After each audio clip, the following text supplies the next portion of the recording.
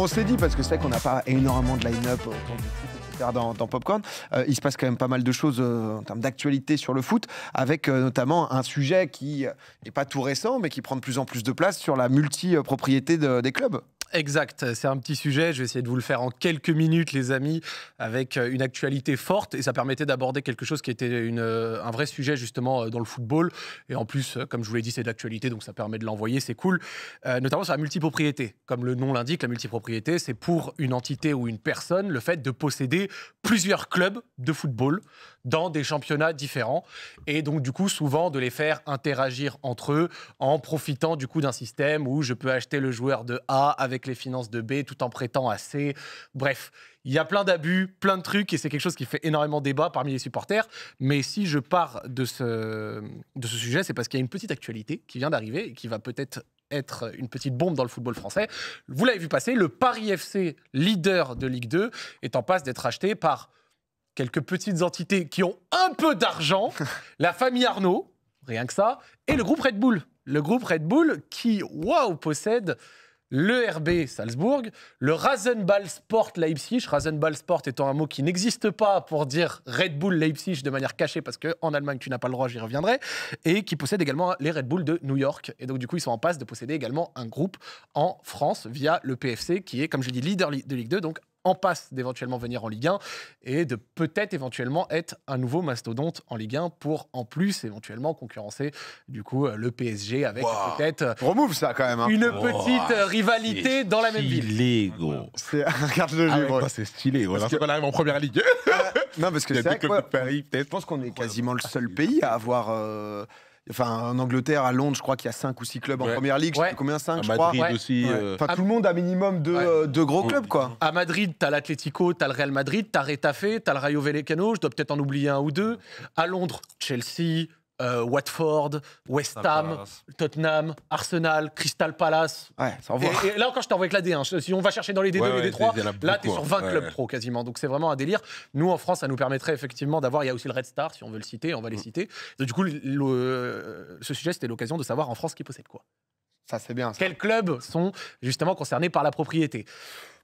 Premier club, un petit, évident, l'Olympique Lyonnais. Coucou. On est là. Donc l'Olympique Lyonnais, qui fait partie du groupe Eagle, qui est détenu par Eagle Football Holding, qui est détenu par John Textor, d'accord, qui est un homme d'affaires américain, qui possède des parts dans Crystal Palace, qui détient 90% de Botafogo depuis 2022, et Molenbeek, mais Molenbeek, ça se passe pas très bien, ils sont en D2 belge et tout, c'est pas la folie.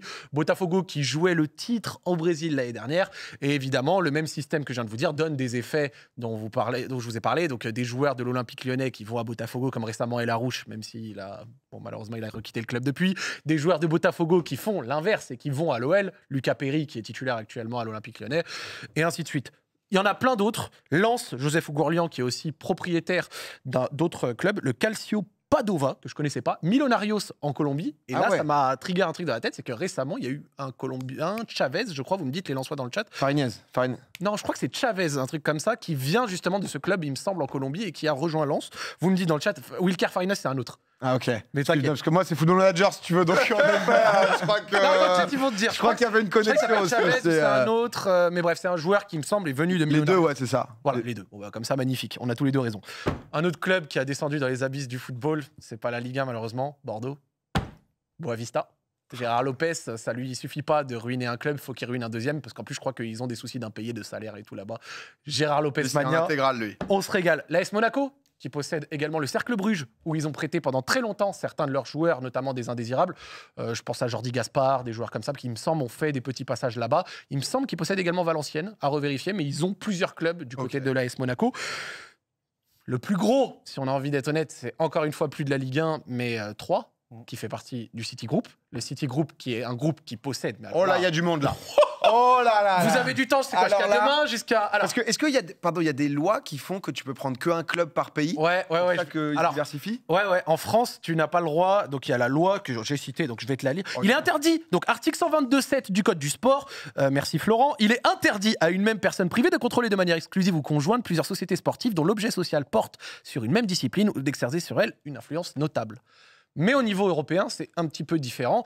Il peut y avoir des conflits entre des clubs quand ils vont être dans la même compétition européenne. Ok. Mais par contre, il y a des dispositions qui ont été prises, d'accord. Donc typiquement, par exemple, Milan AC, Toulouse, les deux sont possédés par le même groupe qui s'appelle Redbird, d'accord, qui est un groupe américain. Et en fait, ils ont pu participer les deux à la même compétition sous condition de pas de coopération commerciale, technique, pas de transfert ou de prêt de joueurs entre eux.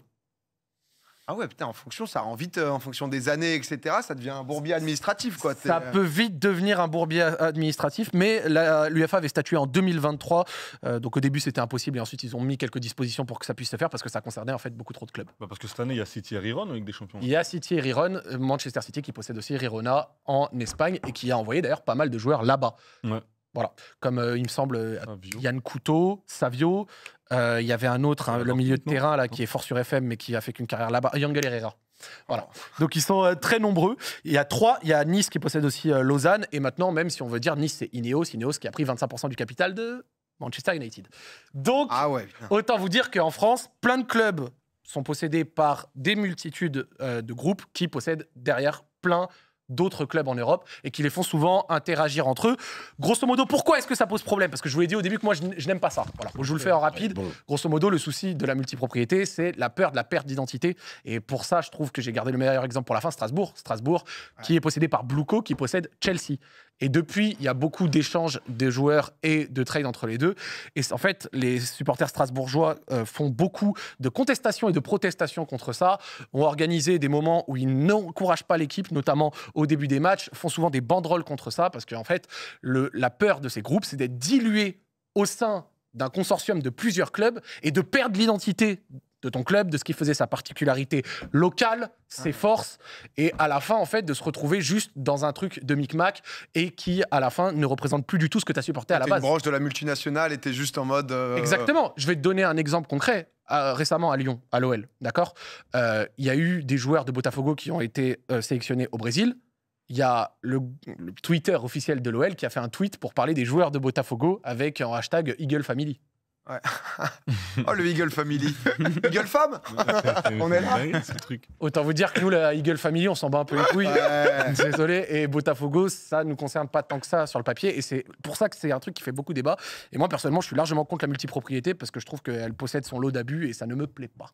Il y a le Red Star là aussi, parce que je voyais dans le chat avec 777 partenaires qui vient de faire faillite et du coup, c'est en mode. Ouais, 777 Partners, c'est une boîte basée à Miami. Ça possède le Genoa, ça possède le Red Star, ça possède le Standard de Liège.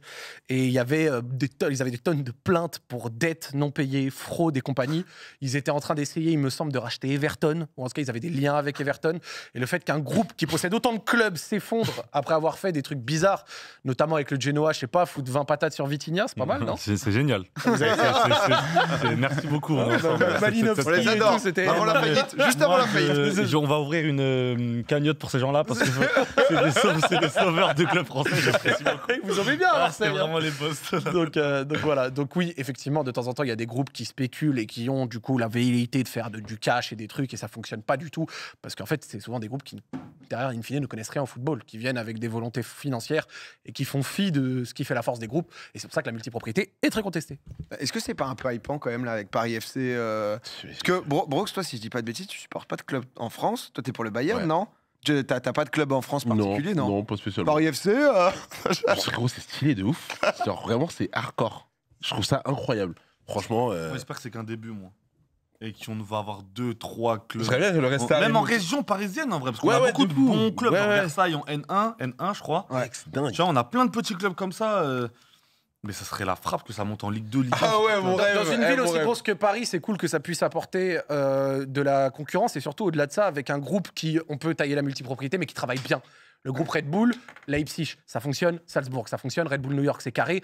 Et en plus, ils viennent de recruter quelqu'un, et ça a fait beaucoup parler en Allemagne, c'est Jürgen Klopp. Ah oui, c'est vrai. Et oui, Jürgen Klopp, l'entraîneur légendaire qui a rejoint le groupe Red Bull qui est détesté en Allemagne par ça, parce qu'en Allemagne, les clubs sont possédés, donc c'est la règle du 50+1, sont possédés à 50+1 par les supporters, justement pour éviter que des gros groupes Vienne et Fasfi de ça, mais avec des tours de passe-passe. Le groupe, donc le RB Leipzig a été créé en 2009, donc ça n'a même pas spécialement d'histoire. 5e division, et ils sont montés au fur et à mesure jusqu'à la Bundesliga.